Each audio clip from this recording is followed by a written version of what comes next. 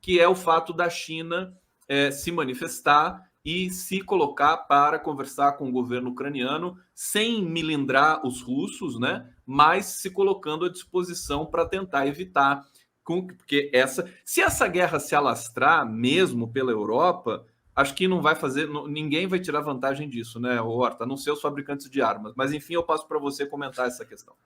Vamos lá, é o primeiro esforço efetivo que a gente tem de busca pela paz. O primeiro esforço é da China, tá? A União Europeia nunca buscou paz. Você não pode imaginar que você impondo sanções pesadas à Rússia e entregando armas para a Ucrânia, você está trabalhando pela paz. Você não está. O que você está fazendo é tentando moldar o conflito aos interesses da União Europeia. Né? Então, as sanções contra a Rússia são corretas, tem que acontecer mesmo, tem que dissuadir o Putin de continuar a agressão, mas era preciso também dissuadir o Zelensky dessa loucura de continuar tentando resistir numa situação de completa inferioridade militar em que ele está botando a população dele em risco. Tá? Então, a União Europeia devia ter tratado nesse sentido. Quando ela tenta diminuir a assimetria do conflito, eu escrevi isso, muita gente entendeu equivocado hoje nas minhas redes. Conflitos assimétricos, onde um é muito forte, o outro é muito fraco, normalmente os conflitos e as guerras duram muito pouco, ou às vezes nem acontecem, porque efetivamente aquele que é fraco entende que não vai conseguir encarar aquela situação. Quando existe uma disputa, uma guerra entre potências, entre países que têm forças mais ou menos simétricas, isso acaba gerando conflitos de longo prazo. E quando você trabalha para diminuir a assimetria, ou seja, quando você ajuda o lado mais fraco, o que você está fazendo em grande realidade é prolongando o conflito, né?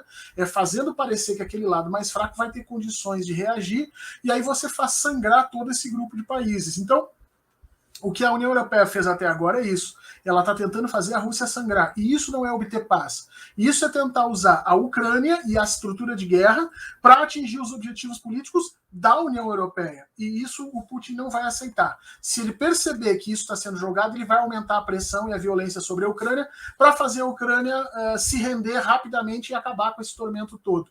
O primeiro esforço efetivo em direção à paz foi exatamente a China. Quero chamar a atenção para duas coisas. Primeiro, veja que a China vai direto na nação invadida.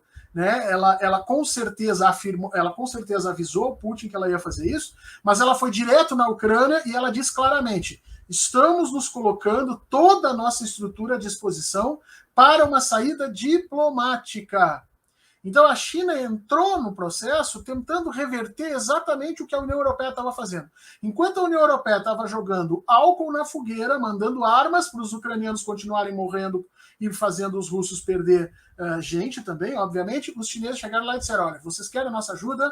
Nós somos a segunda maior potência do planeta, nós efetivamente podemos ajudar, mas por meios diplomáticos. Ou seja, a China está dizendo assim: Zelensky, para com essa loucura, senta, te enxerga, verifica exatamente como é que é a tua situação e vamos sentar e negociar com a Rússia. Isso é muito importante porque garante ao Zelensky que não vai haver uma Rússia absurdamente revanchista, entendeu? Quer dizer, ele não vai tentar destruir a Ucrânia a partir de um processo de negociação. Então, talvez seja aí o grande canal. Aliás, a China tem dado aula de diplomacia para o Ocidente, tá? Veja que ninguém mais fala do Afeganistão, né? Quando o Biden saiu do Afeganistão era um desespero, uma ruptura, todo mundo querendo matar, as mulheres sofrendo, aquela coisa. A China foi lá e botou dinheiro.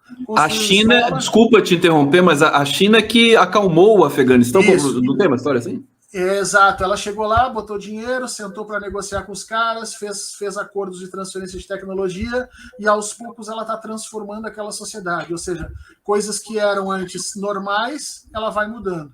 Hortinha, se a China promover a paz ali na Ucrânia, aí acabou essa história. Eu acho que essa é a grande sacada, tá? Porque certamente o Putin perdeu muito capital político, tá? A Europa se demonstrou uma unidade que ela não tinha desde o Brexit, e isso foi impressionante, e por isso a Europa está querendo a guerra, porque de alguma forma, sempre foram os Estados Unidos que viveram assim, né? Os Estados Unidos construíram a unidade da sua sociedade em torno desses processos de guerra. Foi a Primeira, foi a Segunda Guerra, e depois especificamente a Guerra Fria. Pois agora a União Europeia fez isso. Quando a União Europeia percebeu que os seus membros começaram a se unir na defesa da Ucrânia, ela percebeu que o conflito lhe era benéfico, desde que o conflito seguisse nesses termos controlados, que a Rússia não utilizasse nem as suas armas nucleares, nem as suas armas econômico-sociais, por exemplo, de privação de entrega de energia para a Europa. Então, se a Rússia aceitar ficar fazendo essa guerra de desgaste com a Ucrânia, a União Europeia ia achar maravilhoso, né? Só que, nesse momento, eu acho que, não sei de onde é que saiu essa iniciativa, não sei se é chinesa ou é russa, mas a China intervém nesse processo, oferece uma saída clara para a guerra, mantém o capital político do seu principal aliado, que é efetivamente Rússia, e ainda tem um ganho diplomático bastante significativo frente à própria União Europeia.